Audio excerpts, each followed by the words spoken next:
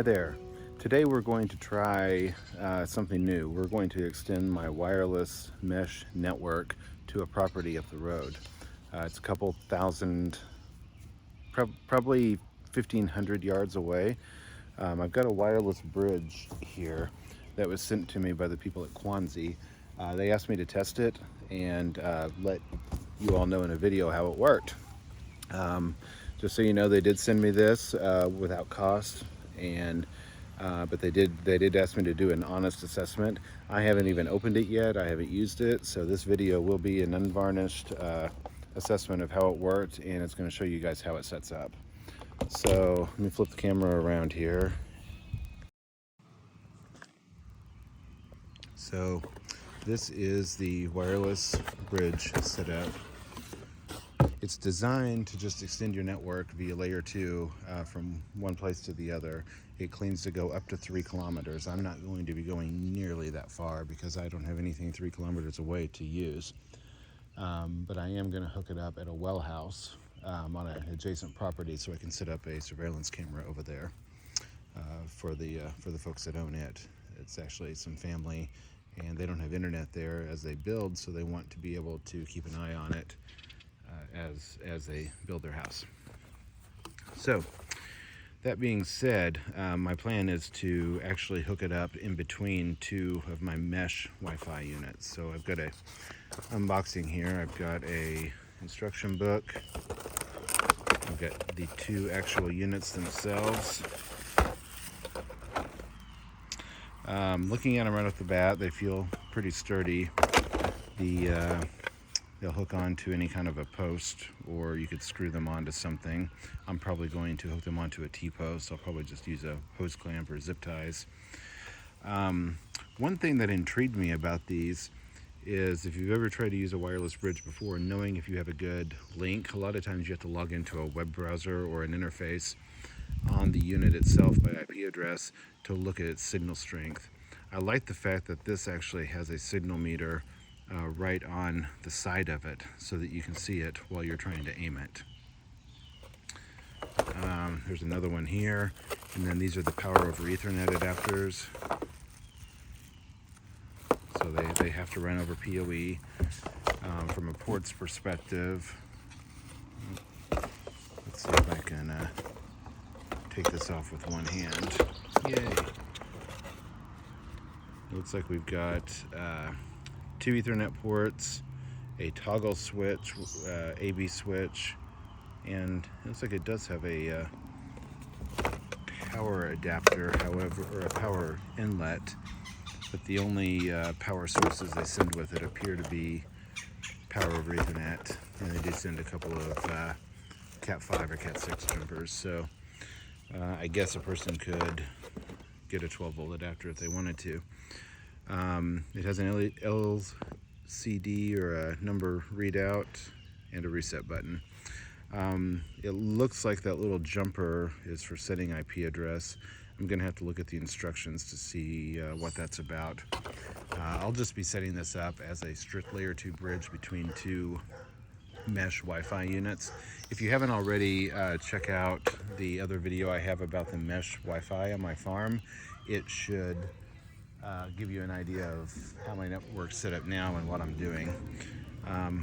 Right now I've got this TP-Link M5, and it's hooked in to a little switch I've got temporaried up here for the purpose of this video. So this is the switch, this is an uplink, and then this is hooking up downstream. I'm going to hook up the wireless bridge into one of these ports, and then I'll take you over here. We're going to be connecting across the field that way. So we'll pick this up here in a little bit. Okay, I've got this guy laid out and looked at the instructions. I'm going to be doing option number 2, which is a point-to-point pairing. So it looks like all I have to do is set one to A, which is master, and I'll set the other one to B, which is slave, and then we will use a little button to right here to change the channel, and it'll give a channel. It can be 1, 2, 3, A, B, C, D, E, F.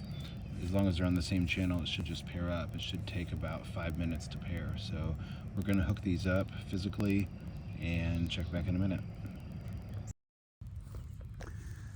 Now we're at the other end. If you look way over there, you'll see our original access point that we set up a little bit ago.